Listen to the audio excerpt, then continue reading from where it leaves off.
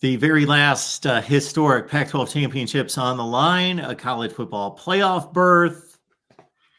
Let's see, possibly a Heisman Trophy. It's Is already a that is that rivalry is game. that better right there, Mark? If I just block out the one and make it Pac-2? Pac-2. It is the Pac-2. We've thought it was the Pac-2 in other ways over the last month or so, but yeah, it is the Pac-2. I don't know what can make this game any better, more historic. What can possibly be added? We've been playing Pac-12 championship games for about 12 or 13 years, and this is the best matchup we've seen. And then all the other uh, ramifications involved. Yeah, and I think the rivalry component is just the cherry on top of everything. And, once upon a time, I think the only element that could make it even larger is there was a moment where it looked like the winner of this game would win the Heisman Trophy. That's clearly not going to be the case. Now, the Heisman is still on the line here, I believe. If Oregon wins, I think Bo Nix can win that award and would be the favorite to do so. I don't think it's a guarantee. I feel better about Oregon's chances to make the playoff than Bo's chances to win the Heisman if the Ducks win this football game. But I think Bo Nix would have a really compelling argument there, given that Jaden Daniels is not even playing a football game this week. So if Bo goes for 300 plus and a couple touchdowns, no turnovers, and Oregon wins the game by 10, 14 points, then I think that would put Bo Nix in a really good position. But conversely, if you'd asked me 3 weeks ago, I would have said, well, yeah, if Washington wins, though, Penix wins the Heisman. But he's just fallen off. He's had too many bad games. Something is off with him. I don't know what. You can find people online speculating about whether or not it's an injury or a sickness or whatever. Like, I have no idea. Nobody has any idea. Penix dodged the question when he was asked about it, but I get the sense that he's not going to have a problem getting up and fighting through whatever he's dealing with for this game against the Ducks. But I think it is pretty clear, if Oregon loses the game, Jaden Daniels is your Heisman Trophy winner. And if Oregon wins the game, it's probably Bo Nix. And oh, yeah, by the way, everyone, this is Spencer McLaughlin, Locked On Pac-12, Locked On Ducks. Here he is, if you weren't aware. Spencer, appreciate you being here. So let's take it from there, where both of these offenses are quarterback dependent, but Washington's even more so, which makes this last few weeks kind of concerning coming into this Pac-12 championship game. For those people that are watching around the nation from other conferences, locked on other teams, and just see, okay, Washington 12-0, Oregon 11-1, know that Washington won the first match. Oh, should be a great game. It could be a great game, but then again, Oregon is playing such better football right now. They are, and I think that's why the point spread is as large as it is. It's very big, and as an Oregon fan, I struggle to get like fully confident in it. Do I think Oregon can and will win the game? Yes.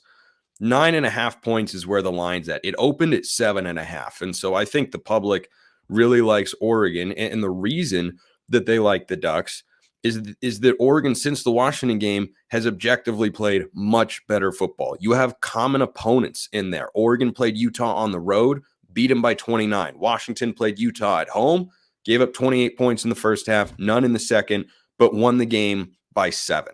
You have Arizona State that took Washington down to the wire. The Huskies needed a pick 6 to win. They didn't score an offensive touchdown. Oregon was up 42-0 at the half in Tempe. Stanford as well. Oregon played them earlier in the year, but they pushed Washington. Washington State, by the way, pushed Oregon, I think, for about a quarter and a half, and then the Ducks pulled away pretty significantly against the Cougs at home. Washington needed a trick play on 4th down, a penalty that was a bad call. I think it's likely they win the game anyway, or at least get a kick at it, but they had to have those things go their way and then kick a game-winning field goal as time expired. The Huskies just haven't played at the same level, but they still deserve a lot of credit because they just keep winning, Mark, and they've won, all these games, and I think 8 in a row have been by 10 points or less, and 6 of them one possession or some number like that. I don't remember the specifics of it. But if this game comes down to be close and comes down to late game execution, it's hard to not like Washington because they have just proven time and time again, no matter who they're playing, no matter what the conditions are, no matter whether Penix is playing great or horrible, or whether they can run the ball or not, or whether they need their defense to make a play or their field goal kicker to make a big kick. They have been so good situationally. So I think Oregon is the team more likely to win by 10 or 14 points at the end of the game. But if you told me it's a tight, 2-3 point game like it was last time, it's hard to not favor Washington, because the one thing that Oregon can't do right now is make a field goal. No, those are all great points, because there is such a surge on the side of Oregon from people that watch college football, and for good reason, because of everything that you just cited. There's no comparison between the way the teams are playing, not talking about the roster talent or anything else, just the way that they're playing right now. But there has to be something given to your point about when a team figures out ways to win week after week after week after playing, and we've seen this in the past, than playing a juggernaut that is just tearing teams to shreds by 4 and 5 touchdowns. There is something there, possibly, although Bo Nix has seen it all, done it all in 17 years in college football, whatever it is at this point. And other players on both sides of the ball for Oregon are fairly battle tested. Yeah, I think there are a lot of really high-end future NFL players on the field on Friday night in Las Vegas. And if I could address the jab at Bo Nix, I think it's completely fair, because he's played more games than anybody else. His longevity has been really impressive. He had the injury in 2021 at Auburn, but he's just been such a steady, consistent presence, and he's started every game that he's ever played in college football. Michael Penix is not exactly brand new to the sport. It's not as if he's some up-and-coming first-year player that was a 3-star under-the-radar recruit. No, he's a fifth-year quarterback as well.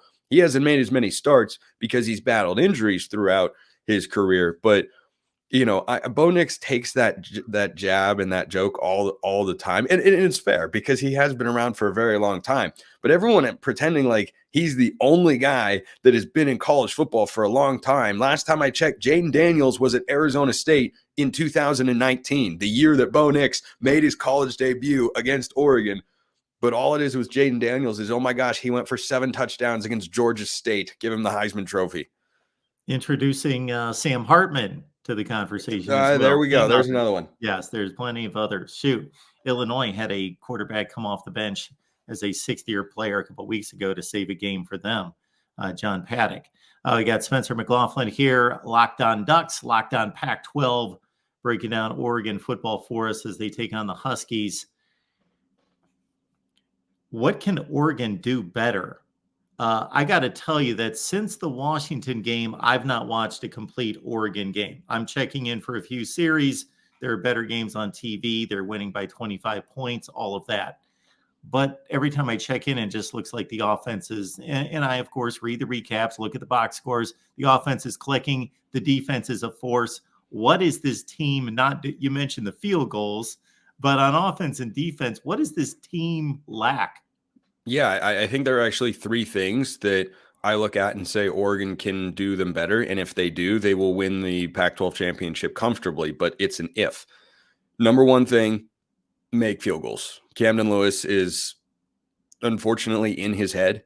I don't know that there's another way to see it. He's got the same miss. He pushes a field goal wide to the right. He's missed a 34-yard field goal mark at Autzen Stadium with clean kicking conditions in each of the Ducks' last 2 home games against Oregon State and USC. So he's missed a field goal in 6 of the last 7 games for the Ducks, who as a team have missed a field goal opportunity in 7 of the last 8. There was a snap issue down at Arizona State when they tried to kick one. That one wasn't on Lewis. A kick never got away. It was what I remember as a fire call. You have a bad snap, you call fire, everyone runs it, everything like that. So yeah, it's been a mess trying to kick a field goal. He did hit a 25-yarder against the Beavs. I got to tell you, as an Oregon fan, I didn't have a lot of confidence in him making that kick. And so the other thing that Oregon fans should be worried about in that respect is those kicks that he's been missing have been important kicks, but not high-pressure ones. The last high-pressure kick he had was against Washington to send the game to overtime, and he missed. And the kicks that he's been missing have been to put Oregon up 3 scores, and instead it kind of shifts the momentum back to the other team, who will go down the field and score and make the game closer than it should be. That happened against Oregon State. It happened against USC. Oregon ended up winning the game But I think that is an issue. So that's the first thing. Second thing is running the football. They were a running team for the first half of this season and for most of last year as well. And they have still run the ball well, but they haven't run it great. They have been over 200 yards just once in their last 6 games. 5 straight times, actually, they've been under 200 yards. They were 200 yards or more on the ground, including the Washington game, in 5 of their first 6 games this season. So it has been all on Bo Nix, and he's playing at an insanely high level. His ability to read defenses and execute the offense has been magnificent. Every single week, every play, every quarter, he knows where to go with the football. He's decisive, he's accurate, he's consistent, and he makes explosive plays as well. But they haven't run the football. Go look at the numbers. Bucky Irving had 43 yards on 14 carries against Oregon State. That's not good. And putting it all on Bo Nix is something he's been up to the challenge for. But you wonder if against Washington, whose defense has been up and down this year, they can't get back to running the ball for closer to 200 yards. And the third thing, Mark, the penalties have been a major issue for the Ducks this season consistently. So when Oregon missed that field goal against Oregon State, they were up 14-0. It was a 34-yard try. Oregon State went down the field and scored a touchdown to make it 14-7. Then Bo Nix marched the Ducks back down the field. They go up 21-7 on that crossbody Mahomes-like touchdown to Troy Franklin. It was just fantastic. But on that drive, there were, I believe, 2 15-yard penalties and I think a 5-yarder as well against the Ducks. And the penalties, particularly on the defensive side of the ball, have been a problem. And if you give a team like Washington with the best receiving core in the country extra opportunities with a banged up secondary, I don't like the Ducks' chances. So I think that those are the things that Oregon can still do better. But I don't want to paint an incorrect picture. This is an Oregon team playing at a ridiculously high level. You have one receiver who's over 1,300 yards and just got snubbed from the Biletnikoff finalist list. And then you have Tez Johnson, who could have 1,000-yard season by the time the year comes to a close. You've got a couple of great tight ends. You've got a really good offensive line. You got great running backs. And then you have Bo Nix leading the charge. So I think that they can do a few things better, but they're doing so many things well. They're a favorite in this game for a reason. Therefore, do you have a concern that even if Oregon wins this game, if Texas wins, if Bama wins, Florida State takes care of business, that Oregon gets left out? No, I don't. And the reason is that the committee has given the Pac-12 just enough respect this year, putting Washington ahead of Florida State last week. We're taping this before the latest rankings come out, but I can't imagine that scraping by Florida and Washington scraping by Washington State, who has a starting quarterback, whereas Florida has a backup quarterback. I can't imagine that's enough to put the Noles back over Washington after they went to the number 11 team in the country on the road the week prior and got a win to leap in front of them, as they should have. So I think Washington stays inside the top 4. I think Oregon is going to be number 5. I don't know what they're going to do with Ohio State, but since the Buckeyes can't win a conference championship, I think they should be out of the conversation unless everybody loses. Like unless Georgia, Texas, Oregon, and Florida State all lose, I don't think Ohio State should get into the playoff or even have the chance to do so, frankly. And Oregon, having been ranked ahead of Texas every single week in these rankings, are indicative of the fact that if Oregon wins, they'll be in, because Washington will be inside the top 4. If Oregon beats them, I think they will swap Oregon and Washington. And the reason is that Oregon lost by 3 on the road in Seattle. If they win on a neutral site, I think they're going to value that more. They've always valued a conference championship more. I mean, margin of victory could come into play there for the Ducks as to where they end up in the rankings. But Oregon last week played the number 16 team in the country and thumped them 31-7. Texas played Texas Tech, who's a bowl team, but not a great one. And they have a backup quarterback. And they thumped them like 53-7 or whatever it was. That win, Texas was at home and Oregon was at home. Oregon was playing a better team. They blew them out. That's not going to put Texas ahead of Oregon, okay? I think we can agree on that given the results that have played out in the previous weeks. So that means Oregon in all likelihood stays ahead of Texas. Now you go, okay, well, could Texas jump Oregon if, what if they beat number 20 Oklahoma State? But if Oregon beats number 3 or 4 or whatever Washington, you can't view beating Oklahoma State as a better win than beating top 5 Washington. There's no way that would happen. So I think that if Oregon wins, they are in. I think if Washington loses, which I don't think is a given, by the way, I know a lot of Oregon fans do. I don't. If Washington loses, they still have an ability to get into the playoff. I think they would need help. Yeah, I mean, honestly, this, in my opinion, is a better semifinal matchup than potentially what you could get in the CFP when it does come out, because we went from never having a top 10 matchup between these two programs to having two in the same year. And it truly is arguably one of, if not the best matchups of the weekend. So I think this is, I mean, it's, as you mentioned perfectly, it's for the Heisman. I mean, Jaden Daniels, I love the story, but I have a hard time seeing a 3-loss quarterback win the Heisman Trophy. No, nothing is a slight to Jaden. He didn't lose all 3 of those games, but it's almost like Michael Penix winning the Heisman last year. He had 2 losses. He wasn't really in the conversation as much towards the end. Bo Nix has been incredible after losing to Washington. He's been lighting up every team that Oregon has faced. And Oregon has done such a good job winning in tremendous fashion that they put themselves in the position where if they beat Washington on Friday, they're certainly in the playoffs. I don't see Oregon getting left out if they're a Pac-12 champion, even with that 1 loss. So Washington, Oregon, everything is on the line. This basically, I mean, Washington is playing for a national championship as Oregon is on Friday and Friday evening.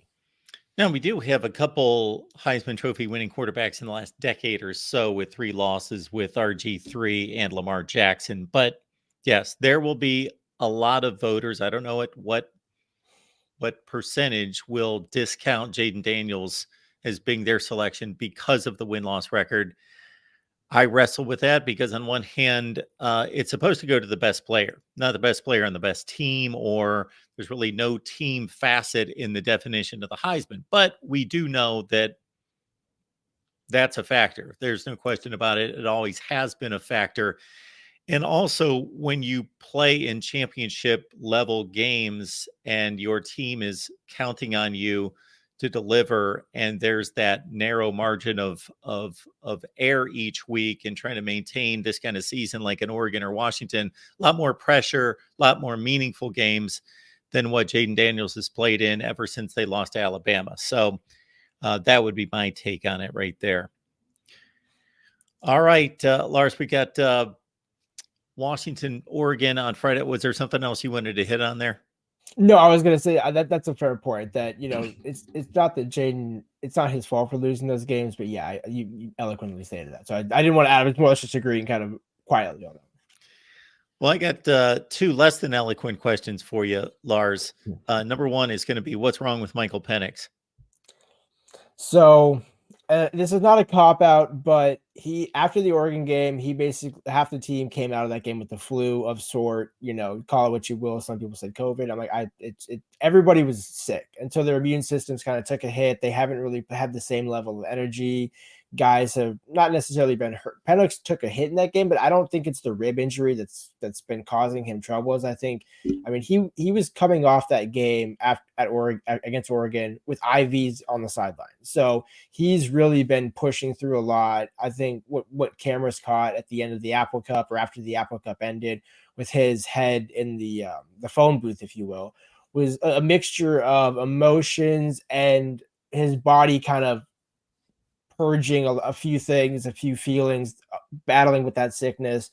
But he's not going to make excuses for it. And I think that's something that is commendable on his end, because he's certainly been bothered by it. He certainly, when you hear him talk, when you hear him just kind of just the decisions that he's making, the throws that he's missing on, is not Michael Penix, but he's still pushing through it as best he can, because if Dylan Morris is playing, I don't think Washington is in the situation. That's not a slight to Dylan, but Michael Penix has proven that he's that quarterback when called upon. And even though he's been bad, he still made the throws when they needed to. The 3rd down against Oregon State, the pitch to the fact that was a read option on the 4th and 1 call, the pitch to Roma Dunze, that was actually a read. That wasn't the design. Hey, you're going to fake it and do this. No, Dylan had the potential to run that, but he would have got stopped short. So Penix is basically doing just enough, right? He threw for just over 200 yards against Washington State, where he's not throwing for 300 and 400. So he's basically kind of like hanging on, right? He's fighting through. He's playing through all this pain. And that's turns out almost what Washington needs. But against Oregon, I think that's going to be where that true test comes into play, because Oregon's going to come after Penix again. And if Penix is even slightly off, Oregon's way too good compared to Oregon State, Utah, USC, others that Washington has faced since facing the Ducks, that Oregon's going to put them away if Washington opens that door. Everybody wants to see dominance out of college football playoff teams. However, we can go through history and find, first of all, there are no national championship teams that didn't have a letdown game or two that they either lost or were able to survive. We would have to go back generations to find that team. So this has been done. However, this is becoming week after week after week against pretty marginal competition when you talk about Arizona State, Stanford, and last week in the Apple Cup game. So my broader question beyond the Penix, and it's obviously related to Michael Penix's play, is what's wrong with Washington overall? Yeah, I mean, there's a lot, right? Because Jalen McMillan missed a good portion of the season, UW's second leading receiver last year. And they were able to kind of offset that with the emergence of Jalen Polk, but then he's had two of his worst games back to back. I think 6 or 7 targets, 0 catches, 4 or 5 drops in that mix. And we're talking about a guy who at one point was one of the more sure-handed receivers, maybe better than Roma Dunze, just from a secure ball hands perspective. But that's gone away. So it's almost like Washington, whenever the defense plays well, the offense seems to fall off. And I mean, I've said it throughout the season that they're inconsistent along the interior offensive line, not with Parker Braylesford, but their left guard and right guard has just kind of been a Achilles heel for them this season. And defenses they've been able to kind of get push on Penix, whether it's against the run or the pass. UW, to your point, doesn't really have a run game, so that's another point of where when Dylan Johnson gets one good carry, then he'll get 2 or 3 for maybe 2 yards combined, right? So because the offensive line doesn't get the push. And so there's a lot of things that, both you have to give credit to teams for figuring out, but I think Washington has certainly kind of played down to their opponents, and where teams have seen those vulnerabilities, Washington hasn't been able to capitalize. And then, you throw in Michael Penix not being at 100%, missing on balls that he has no business missing on. I mean, there was a number of throws he had against Washington State where I was watching that game on towards the end on the sideline, and he would miss J-Mac by 5 or 6 yards. And I'm like, that's not usually Penix. He'll do that in the first half, especially maybe in the first quarter, where he was doing that at points last season, where he would take him a little bit of time to get dialed in. But then we also saw against Texas in the Alamo Bowl where they do a flea flicker and he hits Jalen Polk like nothing for a 40-yard gain. So it's a matter of Penix kind of being more inconsistent than he had been. And as a result, when you have an inconsistent offense and a average to arguably below average defense at times, that's why these games have been a lot closer. Because, I mean, Oregon State, that probably that would have been a loss in any other season for Washington, right? I mean, Oregon probably would be the same case, right? Where there's a lot of games where you can say luck of the draw or whatever, but this team, the cliche is they find the way to win, right? They're refusing to lose. You can win ugly, right? It doesn't matter if you won every game by 1 point, you're still the national champion if you win all your games. So that's kind of been the team's approach. And there's no real good answer for it because everybody they put at left guard, then when they've tried to make changes, nothing has worked. Dylan Johnson, they've had to almost design runs away from certain parts of the line. And you can even see him when he bounces out. It's because he's realizing, this is not going to work up the middle. I need to go outside to the right where I can trust Roger Rosengarten and Troy Fontana at left tackle, but more so Roger with his ability to pull. But there's so many things wrong, and Jalen's gotten back a little bit, but now Jalen Polk's gone, so you don't have the best. Washington hasn't played their entire season with their full complement of receivers, and that's crazy to think about, given what the perception of the group is. Absolutely. So, Lars, with all of that you just outlined, which was basically great quarterback, top wide receiver room, average running game at best, average defense at best, it sounds like you still believe that this team and Oregon are 2 of the 4 best teams in the country. Yeah, and that's what's crazy is because, I mean, it's certainly not pretty, right? I think that's kind of the, but at their best, right? If Washington, this Friday, Washington will have Giles Jackson, Jalen Polk, Jalen McMillan, and Roma Dunze on the field at the same time for the first time all season. So if Washington at their full complement on offense can make up for a average to below average defense, which hasn't made improvements, and it's been marginal. And again, to your point about, well, they've played below average teams, so you should be better against those teams. But against a team like Oregon, this is kind of their true test to see, okay, well, you were able to hold Oregon under 35 last time. Can you do it a second time? Can you make improvements in the run game? I don't know. Some people say yes, some people say no. Oregon to me is just coming in with a lot more momentum than Washington. Washington kind of feels like they're hanging on, but that doesn't preclude them from turning it on at the drop of a dime, which this offense has shown. That's why they can be one of the best offenses, if not the best in college football, as long as everything is clicking, which it hasn't for the last half of the season.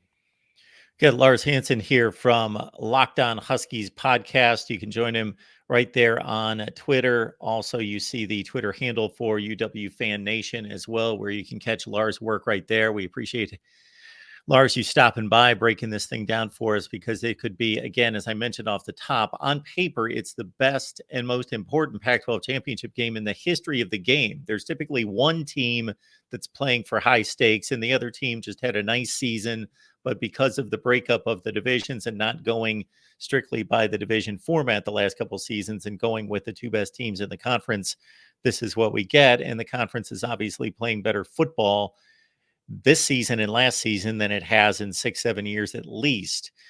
You mentioned what is arguably the best game in college football this season in the regular season, the Washington win by that much at home.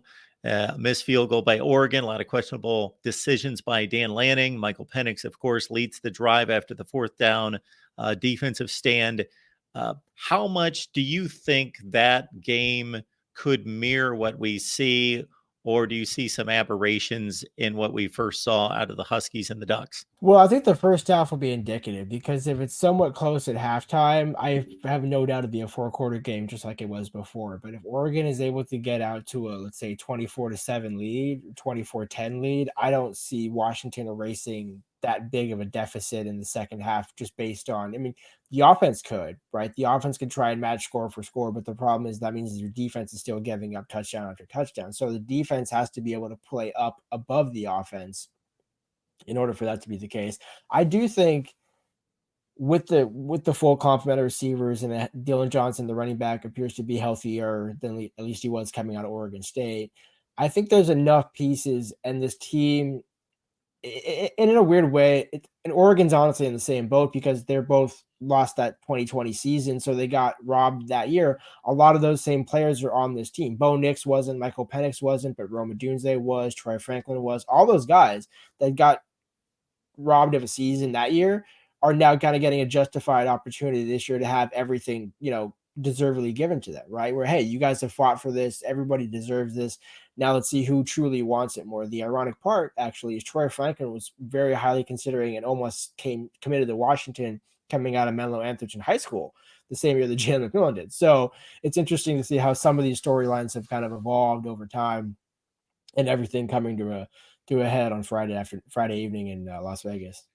And another major historical storyline doesn't impact the game on Friday night, doesn't impact the CFP and all of that. But it's just, for anybody that's been watching football for quite a while, especially those like you that are invested in what happens in the Pac-12, kind of sad, again, it's going to be an epic showdown of massive proportions. And so the conference is at least going out with a bang, but no more Pac-12 football. And these two teams will just strangely move their rivalry out to the Big Ten starting next season. Yeah, I wrap my head around the fact that I know it's happening, despite what some of the lawyers in the case against Oregon State and Washington State have said, where, hey, we didn't say we did this. It's like, well, everybody has said you guys are future Big Ten schools. My final tweet after the Apple Cup was, it's crazy to think the next time plays a home game here, they're going to be a Big Ten institution. It's like, look, we all know what's happening. You can't say that wasn't a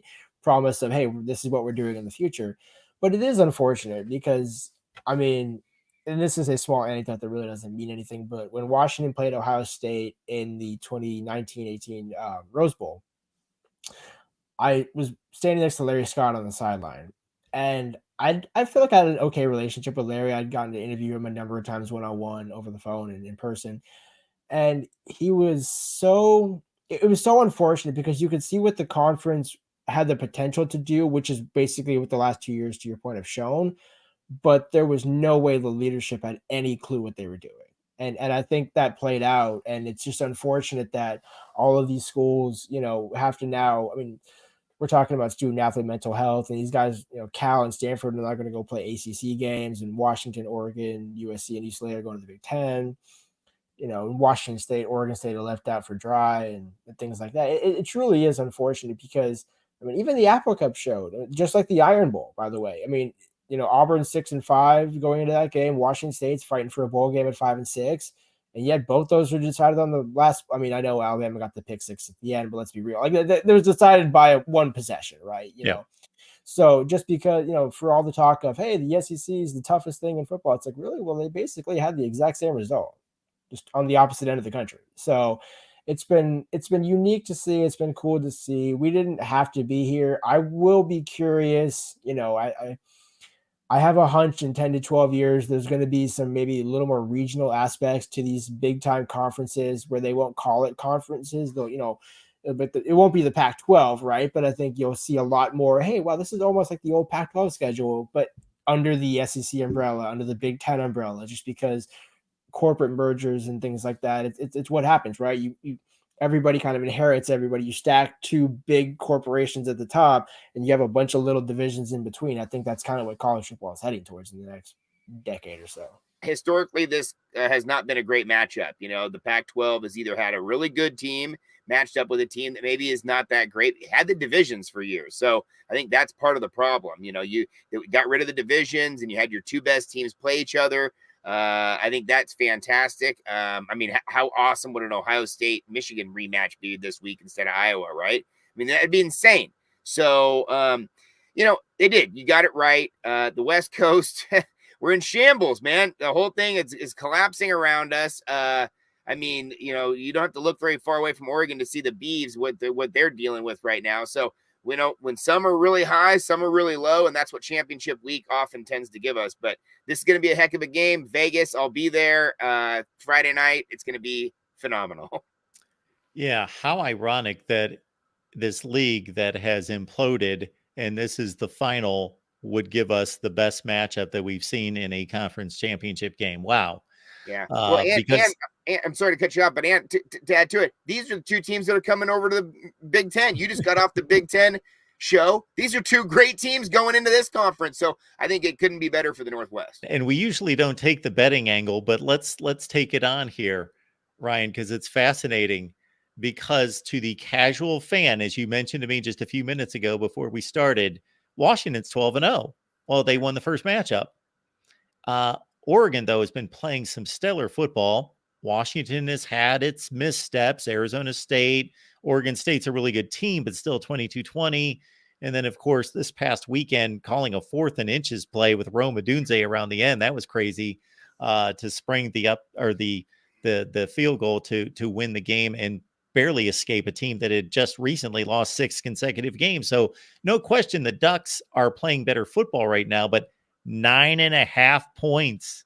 Yeah, it's crazy. And they opened at 8.5, and it's grown. And the over-under is at 66.5.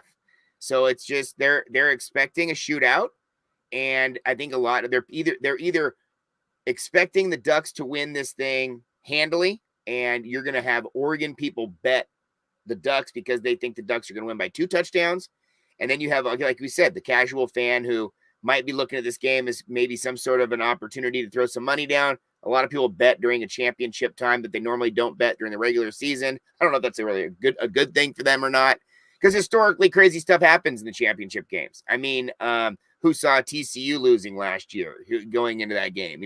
Weird stuff happens. So you're right. Washington did something no other team has done in the Pac-12. They're undefeated. You got to tip the cap to Washington.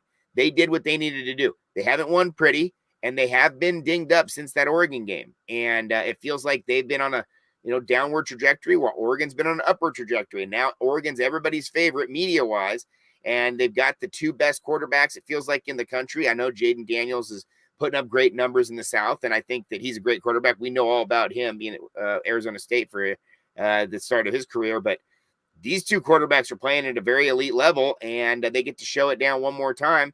I think this is going to be one of the best games. I know Alabama and Georgia's got to be the number one game because it's just the SEC. It's the number one thing. It's kind of like the queen and king. It's like you just got to pay respects to them.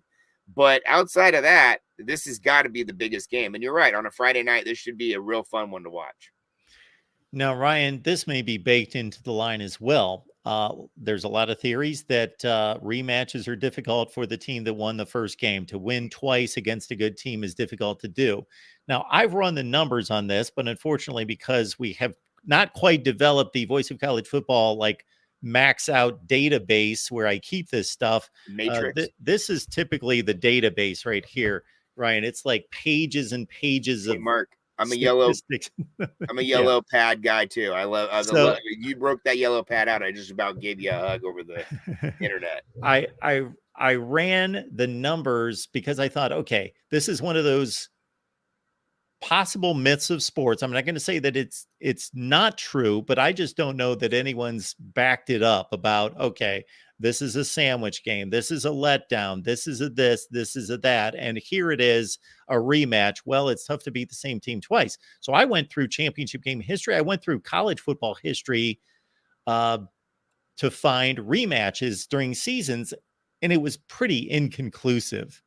What do you feel about the rematch and how that plays into the strategy and the setup? It's kind of that same idea when you say throw out the record books, with the rivalry game. Oh, rivalry game, got to throw out the record books every year. No. The better team usually wins, right? I mean, come on. Obviously there's something to be said about that. Those kind of mantras live on, but yeah, it's tough to beat a team twice. It is. And, we've seen it. I've coached basketball for years. We do tournament basketball where you'd see the same team twice in the tournament. And it happens all the time. And it happens in unexpected ways where the first game's a blowout one way, the second game's a blowout the other way. This is a close game the first time. Both these teams were very evenly matched. I think Washington was playing their best at that time. They had to host that game, or they got to host that game, had game day there in the morning. One of your favorite programs, I know. And the opportunity was there for them. All the eyes were on them that game. It was the best game of the weekend, and it was a really important time for them. They showed up, they got the win, and you have to congratulate them on that. They since then just did enough to win these games, like you're saying last week in the Apple Cup. Barely make it. I love that fourth down call. I wish the Ducks could have pulled something like that out when we played the Huskies. We wouldn't have never been talking about this. The Ducks would be the 12-0 team. But the ideology is that I think the loss for the Ducks really propelled them and really motivated them. And I don't know if the Ducks are playing as well right now without that loss then. So, the script is already written. I think the Huskies have a great opportunity here. It just looks like something's off with that team, whether it's injuries or whether it's something else. But they do have amazing talent, NFL talent, and I think this game is going to be absolutely bonkers. I do think it could be a little bit more lower scoring than people think, though. That over/under, talk about the betting line, 66.5. That's interesting to me. So, if we're seeing one team in the 30s and one team in the 20s, I hope that team is the Ducks in the 30s. Absolutely. Let's see, 66. What are they looking at? Like a 33. I mean, that's kind of what it was last time, right? I mean, yeah, but if you're taking the line into consideration, they're picking like a 38-29 game, something like that, or somebody's in the 40s, right? And somebody's, so I've seen a lot of Ducks expecting this to be a bigger margin of victory, and I've heard Huskies as well who feel like they're in trouble a little bit. Some of the local radio guys out here were talking about if things unfold the way they think it's unfolding, they think the Ducks are going to roll, and that obviously makes me nervous a little bit as a Duck fan, because up there, it was a really close game. And if it would have gone to overtime, which I think it should have gone to overtime, the kick, they missed it by a couple feet or whatever. But had it gone to overtime, it felt like that game was in Oregon's favor a little bit. They had momentum late, and then, obviously they lost all the momentum by missing the kick and not going into overtime. So I think the Ducks have a really good chance to do this thing. We sold out the tickets very fast today. So we had our allotment of tickets for our season ticket holders sold out in about an hour. And so that's saying something, because this is a game that usually is a tough one to sell to people, especially if people are expecting to go to a bowl game and they might want to save up for that, or they might want to skip one thing or the other. This is just a quick turnaround from the regular season, but people like to go to Vegas, including myself. So see you there. Oh yeah, it's always a fun trip. Yeah, absolutely. So Ryan, what happened the first time that you think is definite to happen the second time? And when I say definite, obviously nothing's definite. Or what do you think could be much different in this matchup? Oh man, the thing that's definite is that Roma Dunze back shoulder fade from Penix. That thing is open all the time. It's the number one weapon that they have. I mean, it's like the M16 for our soldiers in Vietnam. I mean, this thing is used over and over and over. And why wouldn't you? I mean, this thing is, you look to the pros, they use it there too. It's a great play. It's a very hard play to defend. And it's the play that they went to when they really needed it late in that game, when Oregon gave them a chance. Oregon had the chance to just run this thing out, and get the first down and close it out. They had no timeouts. They would have won the game. Instead, they didn't. They went for it on the fourth down. There were, again, the questionable calls by Dan Lanning in that game. And didn't punt it. I don't think it mattered if you would have punted it late in that game. You could have given them 200 yards. It felt like they still would have scored, even if Oregon's defense was playing well. I just felt like at that time, at that place, that was Washington's time to shine. And Penix came up big in those plays. And I think Roma Dunze is an amazing, amazing player. But Oregon's got Bo Nix, Troy Franklin, great players on that side. And I just think that the Oregon offensive line, the Oregon running game, I think the Oregon defense just a little bit better. Yeah, talking about the defense, and Michael Penix is a great player, but his recent performance is not what it had been earlier in the season. They're not churning up the yardage and the points like they were. Just your thoughts about Oregon's defense and their ability to contain things. Okay, well, last week is a perfect example. The Beavs were in a little turmoil, obviously. We see this every year when it comes to a coach leaving, and there's a lot of speculation, and a team doesn't finish the season very well, and then they kind of look to the excuses of, this is what happened with Mario Cristobal with the Ducks when they lost to Utah 2 times in the last 3 weeks. But with Coach Smith leaving that team, it felt like that team did not perform as well as they probably should have in the Civil War. But one of the things that they had going for them was they had one of the best offensive lines in the country. They had one of the best offensive lines in our conference, and Oregon did an amazing job of putting pressure on DJ Uiagalelei. So, I mean, they were in his face all the time. And that's a thing that Oregon just really was limited on last year. And Penix had all the time in the world last year at Autzen Stadium. And it felt like they got to him last game. It felt like they actually hit him a couple times, and there was speculation they might have hurt him late in that game. He's grabbing his ribs. He was going into the injury tent. And I think he does a pretty good job of being coy about it and kind of, not divulging the truth or whatever. But even in the last game, they hit him a couple pretty good times, the Cougs did. And when they asked him about it after the game, he kind of denied it. He was like, no, they didn't do that. No, I'm fine, kind of thing. So I don't know, man. I think there's something going on there. Penix has not played as well. He's not thrown the ball as well. He hasn't had as many weapons. I think they've had some injuries on the wide receiver group. And they're just kind of limited. And then what was the craziest thing was for them is how they ran the ball this year out of nowhere, right? So there's a game, here they have this huge game against USC. USC's defense is not very good, but they just run crazy in that game. And they really opened up a whole new facet of their offense. So it feels to me like there's times when the Huskies have played very well this season. Other times they haven't played well. For the Ducks, they've been pretty consistent the whole time. They've been playing pretty well the whole time. And even the game at the Huskies, it felt like the Huskies gave them their very best shot at it. And the Ducks pretty much handled it. They just missed it at the very end. So that was, again, I agree, Mark. I think that was one of the best games of the whole year in college football. It's one of the best games I've ever been to. And I've been to a lot of games, not only anywhere, but I've been to a lot of games in Seattle and seen that matchup a lot in my lifetime. And I've never seen a game like that. This conference has been so good, especially the top 5 or 6 teams, that you would think the winner of this game has to go to the college football playoff. Obviously, Washington's going to be there.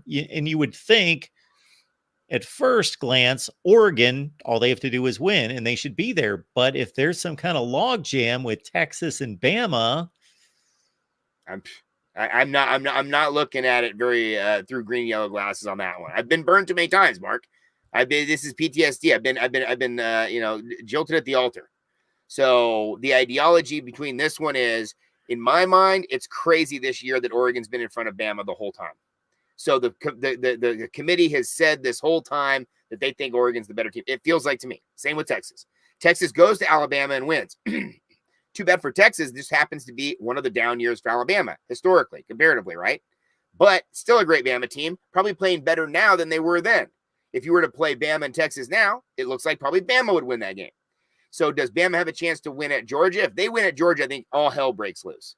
And I mean, you know, there's a real conversation out here. This is why we have the 12-teamer coming in next year, because, you know, these conversations around a one-loss Ohio State team, a one-loss Washington team if they lose to Oregon, a one-loss Oregon team that lost to Washington in the regular season, a one-loss Texas team, a one-loss Alabama team if they beat Georgia, a one-loss Georgia team if they lost to Alabama. I mean, again, and then the Florida State team could be the undefeated team sitting there, you know. I mean, and they look to be the weakest of all of them.